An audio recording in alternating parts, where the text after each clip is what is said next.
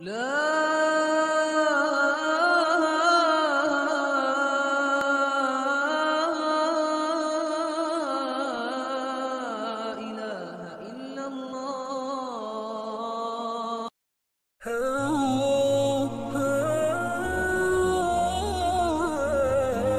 साल ज़हन में रखें कि 2 सालों में बच्चा कुरान मजीद का हाफिज बन जाएगा। जो एवरेज बच्चा होता है वो 20 दिन में एक पारा याद कर लेता है।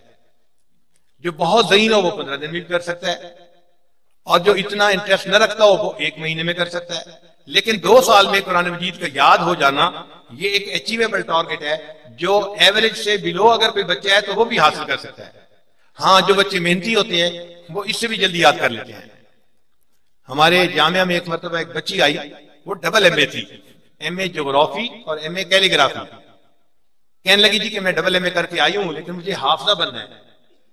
तो जो जामिया की प्रिंसिपल थी उसने उसे कहा, आपकी तो उम्र इतनी बड़ी हो गई, बजाय हिफ्ज में बैठने के आप आलिमा बने और बुखारी शरीफ की क्लास, यानी जो इल्म की क्लास है वो अटेंड करें। उसने कहा कि जी मुझे हिफ्ज का शौक बहुत है, मेरी तमन्ना है कि मैं हाफिजा बनूं। मैं पहले हाफिजा बनूंगी फिर बाद में इल्म भी पढ़ूंगी। चुनाचे उस बच्ची को हिफ्ज में दाखिला दे दिया गया।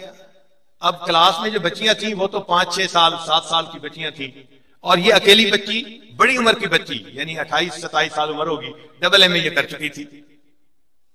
ये मुअल्लिमा के उम्र के बराबर की बच्ची थी। पढ़ना शुरू कर दिया।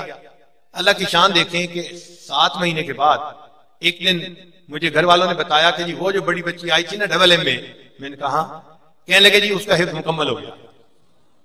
मैंने कहा 7 महीने में? कहने लगे जी हाँ।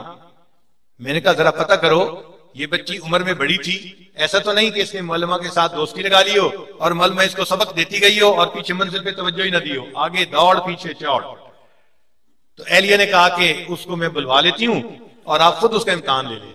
हमने कहा बहुत अच्छा। चुनाचे उस बच्ची को बुला के हमने पर्दे के पीछे बिठाया, एहलिया उसके साथ बैठी और मैंने कुरान पाक से उसको 5-6 जगहों से पढ़ने के लिए कहा।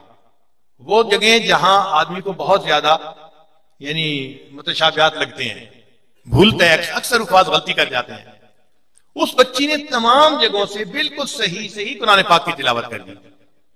बहुत खुशी हुई कि अल्लाह ताला जब किसी को शौक देते हैं तो 7 महीने की मुद्दत में भी कुरान पाक मुकम्मल हो जाता है। अच्छा, इससे भी कम मुद्दत में कुरान पाक मुकम्मल किया गया। वो कैसे कि हजरत मदनी रहमतुल्लाह अलैह या हजरत नौनौती रहमतुल्लाह अलैह, इन अकाबरीन में से किसी का यह वाकया है, सही नाम मुझे याद नहीं है इस वक्त। उन्होंने हज के सफर पे जाना था। उस जमाने में बहरी जहाज जाते थे बंबई से जद्दा, और चूंकि समुद्र में बहरी तूफान भी आते थे तो जहाज को एक ही जगह कई मरतबा खड़े रहना पड़ता था, एक एक हफ्ता खड़ा रहता था जहाज, तो टाइम बहुत लग जाता था। लिहाजा हज की जो यानी बहरी जहाज थे वो रमजान से पहले अपना सफर शुरू कर देते थे। तो ऐसे लोगों को रमजान शरीफ का महीना समुद्र के अंदर गुजारना पड़ता था। हजरत ने जब इरादा किया तो हजरत के साथ बहुत सारे उलमा जो सैकड़ों की तादाद में थे वो भी साथ। अब ये सब उलमा का काफिला था और ये समुद्री सफर कर रहे थे। जब रमजान शरीफ आया तो उस वक्त पता चला कि उलमा तो बहुत हैं लेकिन मुकम्मल हाफिज कोई भी नहीं है। तो उस वक्त जो बड़े थे हजरत मदनी रहमतुल्लाह अलैह या हजरत नौनौती जो भी थे, उन्होंने फरमाया कि अच्छा मैं कोशिश करता हूं कि मैं दिन में पारा याद किया करूंगा और रात तरावी में मैं पढ़ दिया करूंगा, क्योंकि मुझे शर्म आती है कि इतने बड़े बड़े इल्म के पहाड़ और वो कुरान पाक की आखिरी 10 सूरतों से तरावी की नमाज पढ़ रहे हो, ये मुझे शर्म आती है। चुनाचे हजरत दिन में एक पारा याद करते और रात को वो तरावी में कुरान पाक का पारा सुना देते। अल्लाह की शान देखें, इधर रमजान मुकम्मल हुआ और उधर उनका हिफ्ज़ कुरान मुकम्मल हो गया। 30 दिन में कुरान मजीद याद करने की भी तारीख मौजूद है डॉक्यूमेंट में। हमारे यहां एक नौजवान थे मुफ्ती साहब, वो इस आजिज के पास आए, मैं अपना मुताला कर रहा था। कहने लगे कि हजरत मैंने जामिया शरीफिया से दौरे हदीस किया है और अब मदरसे में छुट्टी है, तो मैं आपकी खिदमत में इसलिए आया हूं कि मुझे पांव का मसाज करने का बहुत ज्यादा तजर्बा है, मैं प्रोफेशनल बंदा हूं। आप अगर मुझे आधा घंटा दे दिया करें ना, आप सारा दिन बैठे रहते हैं, मैं आपके पांव को मसाज कर दिया करूंगा तो आप बेटर फील करेंगे। मैंने कहा ठीक है आप करें। उसने आधा घंटा वाकई जो पांव को मसाज किया तो इट वाज समथिंग डिफरेंट, क्योंकि वो प्रेशर पॉइंट से मसाज कर रहा था और प्रेशर पॉइंट से मसाज किया जाए तो पांव को काफी सुकून मिल जाता है। जब उसने किया तो फिर मुझे कहने लगा कि हजरत रोजाना आधा घंटा मेरा हो गया। मैंने कहा ठीक है भाई आप आ जाए, मैं आपको टाइम दे दिया करूंगा। वो 4-5 दिन आता रहा और इसी तरह पांव का मसाज करता रहा। फिर जो बच्चा मुझे खाना ला के देता था वो मुझे कहने लगा कि हजरत आपको पता है कि ये जो हाफिज साहब है ना, ये जो आलिम साहब है। मैंने कहा हाँ। कहने लगे ये रोजाना लाहौर वापस जाते हैं और फिर अगले दिन फिर आते हैं, यहाँ नहीं रहते मस्जिद में। मैंने कहा भाई मस्जिद में कोई 150 बंदे नफली एतकाफ की नियत से ठहरे हुए हैं, शायद ये भी उन्हीं में शामिल होगा। उसने कहा नहीं, ये रोजाना लाहौर जाते हैं और फिर वापस आते हैं। अब उस दिन जब वो हाफिज साहब आए तो मैंने उनसे पूछा कि आप जरा मुझे अपनी तफसील बताएं, क्या मामला है। उसने कहा जी कि मेरे वालिद साहब का अपना एक ये क्लिनिक बना हुआ है जिसमें वो यही काम करते हैं और मुझे वो कहते हैं कि आप छुट्टी नहीं कर सकते, आपने मुझे हेल्प करना है क्योंकि मरीज बहुत होते हैं, मैं अकेला नहीं कर सकता।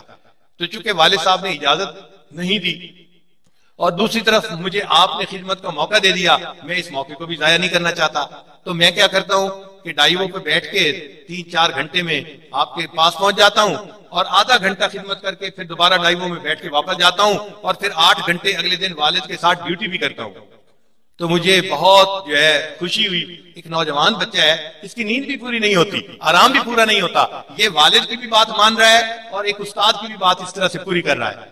तो मैंने उसे कहा कि भाई अच्छा अब तो रमजान शरीफ में चंद दिन बाकी रह गए, कोई 2-3 दिन बाकी थे, आप अपने वालिद साहब को मेरे सलाम देना और उनकी खिदमत में गुजारिश करना कि अगर रमजान का महीना वो आपको जरा रिलीव कर दे तो आप यहाँ एतकाफ भी कर लें और हमारे पास ही आकर ठहर जाएं, फिर आपके लिए खिदमत भी आसान हो जाएगी। उसने कहा ठीक है, मैं वालिद साहब से बात करूंगा।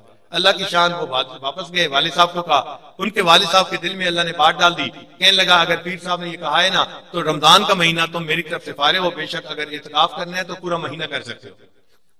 वो बच्चा आ गया, उसने आके खुशी की खबर सुनाई। मुझे उसके चेहरे की जो खुशी थी वो आज भी तस्वर में महसूस हो रही है। बहुत खुश था कि मेरे वालिद साहब ने इजाजत दे दी, अब मैं 1 महीना यहाँ इत्काफ मस्जिद में करूंगा। जब बात उसने कर ली तो मुझे कहने लगा कि हजरत मैं एक बात कहूं। मैंने कहा करें। कहने लगा कि मैंने दौरे हदीस तो मुकम्मल कर लिया, मेरे दिल में हमेशा से शौक रहा है मैं कुरान पाक का हाफिज बनूं, अगर आप इजाजत दें तो मैं नियत करके साथ शुरू कर देता हूं। मैंने कहा बहुत अच्छा।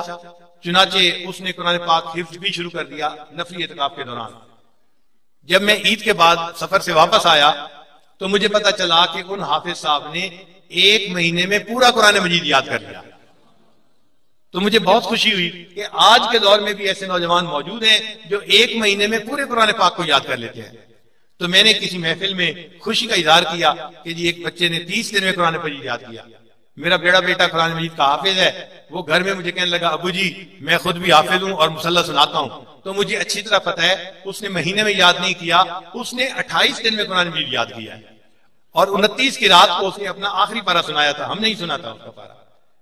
तो अल्हम्दुलिल्लाह 1 महीने में या 28 दिन में भी कुरान मजीद को याद करने का रिकॉर्ड मौजूद है। इससे भी थोड़ा चुनाचे हजरत मुफ्ती तकी उस्मानी दामत बरकातुम ने अपनी एक किताब तराशे में ये वाकया लिखा है। एक आलिम थे, उनका नाम था हिशाम कल्बी रहमतुल्लाह अलैह, बड़े आलिम थे, मुमताज आलिम थे, लोगों में उनकी बड़ी इज्जत थी। वो फरमाते हैं हम चंद दोस्त बैठे हुए थे, आपस में बात हुई कि आलिम कौन है और हाफिज कौन है। तो वो कहते हैं कि लोग कहते रहे फला आलिम है, फला हाफिज भी है, फला आलिम है, हाफिज नहीं है। जब मेरा तज़किरा आया तो दोस्तों ने कहा आलिम तो बड़ा है, हाफिज नहीं है। वो कहते हैं कि मेरे दिल में एक दाइया पैदा हुआ, मैं कुरान मजीद को हाफिज क्यों ना बनूं। मैंने उनके सामने कहा कि अच्छा भाई मैं अभी नियत करता हूं कि मैं कुरान पाक का हाफिज बनूंगा। वो फरमाते हैं कि कुरान पाक के हिफ्ज की मैंने नियत कर ली और 3 दिन में मैंने पूरा कुरान मजीद मुकम्मल हिफ्ज कर लिया। तो 3 दिन में कुरान मजीद हिफ्ज करने की भी जो है वाकयात मौजूद है।